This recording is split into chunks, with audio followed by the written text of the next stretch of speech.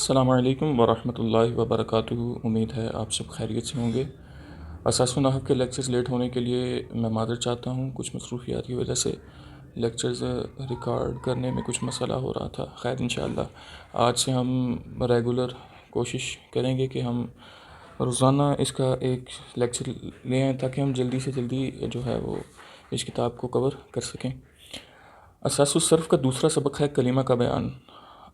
کلمہ کا بیان اور اس کی اقسام سیم بالکل ایسا ہی سبق ہم نے اساس و نحو میں کل پرسوں اسی چینل پہ اس کا لیکچر اپلوڈ ہوا۔ میں اس ویڈیو کا لنک نیچے ڈسکرپشن میں دے دوں گا، آپ وہیں سے جا کے اساس و نحو کے اس لیکچر کو سن سکتے ہیں۔ اور آپ کو اس لیکچر میں کیونکہ تمرین زیادہ ہے اور مثالوں سے زیادہ واضح کیا گیا ہے تو آپ کو وہاں سے زیادہ اور بہتر سمجھ سکتے ہیں آپ۔ ہم اپنے اگلے سبق کی طرف بڑھتے ہیں جو آج ہم نے پڑھنا ہے تیسرا سبق، اور وہ ہے فعل کی تقسیم کا بیان۔ فائدہ، نیچے فائدہ لکھا ہوا ہے جی۔ فعل کی تقسیم کے کئی اعتبار ہیں، یعنی کہ کئی طرح سے کئی اعتبارات سے فعل کی تقسیم ہو سکتی ہے، وہ ہم آگے دیکھیں گے اور کون کون سے اعتبارات ہیں۔ یہاں پر ہے زمانے کے اعتبار سے فعل کی تقسیم، ٹھیک ہے جی۔ اچھا، زمانے کے اعتبار سے فعل کی اقسام۔ زمانے کے اعتبار سے فعل کی 3 اقسام ہیں: فعل ماضی، فعل مضارع اور فعل امر۔ فعل ماضی وہ فعل ہے جس میں گزرے ہوئے زمانے میں کسی کام کا ہونا یا کرنا سمجھا جائے، جیسے جالسا وہ بیٹھا، ضربا اس نے مارا، یہ سب ماضی کی طرف دلالت کر رہے ہیں۔ جالسا وہ بیٹھا تھا، ضربا اس نے مارا، یعنی کہ ہو چکا ہے جو کام، اس فعل کی بات ہو رہی ہے۔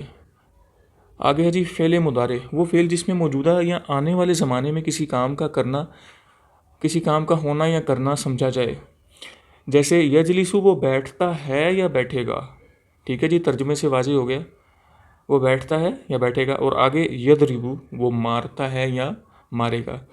یہ انشاءاللہ جیسے جیسے ہم آگے بڑھتے جائیں گے ہمیں لفظ کو دیکھ کر آگے ہم فعل ماضی، فعل مضارع اور فعل امر کے اسکیلز بھی پڑھیں گے کہ فعل ماضی کی پہچان اور اس کا اسکیل کیا ہوتا ہے، اور فعل مضارع کا اسکیل کیا ہوتا ہے، یعنی کہ اس کا وزن کیا ہوتا ہے، اور فعل امر کا، وہ انشاءاللہ ہم پھر لفظ کو دیکھ کر ہی اس کی پہچان کرنے میں آسانی ہوگی۔ آگے جی فعل امر، وہ فعل ہے جس میں کسی سے آنے والے زمانے میں کسی کام کا مطالبہ کیا جائے یا کسی کام کے کرنے کا حکم دیا جائے، ٹھیک ہے جی۔ وہ فعل ہے جس میں کسی سے آنے والے زمانے میں کسی کام کا مطالبہ کیا جائے، جیسے اضرب تو مار، اکتب تو لکھ، اعلم تو جان، ٹھیک ہے۔ امید ہے یہ تینوں فعل ماضی، فعل مضارع اور فعل امر کی تعریفات آپ اچھے سے سمجھ چکے ہوں گے۔ اب ہم بڑھتے ہیں اس کی تمرین کی طرف۔ زمانے کے اعتبار سے فعل کی کتنی اور کون کون سی قسمیں، ہر ایک کی تعریف اور مثال بیان کریں۔ اوپر ہم نے پڑھ لیا، ہم اسی کو بیان کر دیں گے۔ آگے ہے جی سوال نمبر 2، درج ذیل افعال سے فعل ماضی، فعل مضارع اور فعل امر الگ الگ کریں، یہاں سے اصل کام شروع ہوتا ہے، ٹھیک ہے جی، آپ کی پریکٹس کے لیے۔ اچھا جی، سب سے پہلے ہے سارقہ، اس نے چرایا۔ اس نے چرایا ہمیں ترجمے سے واضح ہو گیا کہ یہ ماضی کی بات ہے۔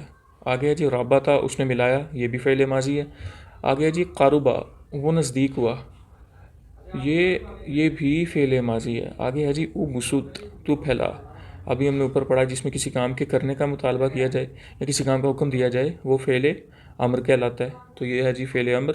آگے ہے جی یضحک، وہ ہنستا ہے یا ہنسے گا، یہ فعل مضارع ہے۔ کیوں؟ اس میں حاضر یا مستقبل میں کسی کام کے کرنے یا ہونے کا ذکر ہے۔ آگے ہے جی یمنع، وہ روکتا ہے یا روکے گا، یہ بھی فعل مضارع ہے۔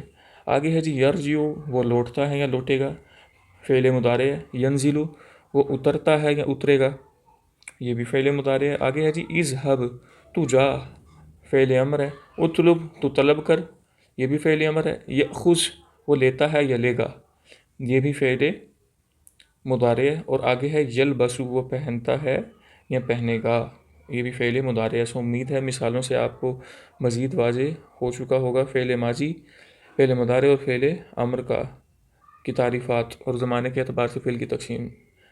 امید ہے آپ کو یہ آج کا سبق پسند آیا ہوگا اور آپ کو سمجھ بھی آیا ہوگا. سو انشاءاللہ جلد ہی اس کا اگلا لیکچر لے کے آؤں گا انشاءاللہ، اگر اللہ پاک نے چاہا. سو آج تک کے لیے اتنا ہی، اور مجھے اجازت دیجیے. السلام علیکم ورحمۃ اللہ وبرکاتہ.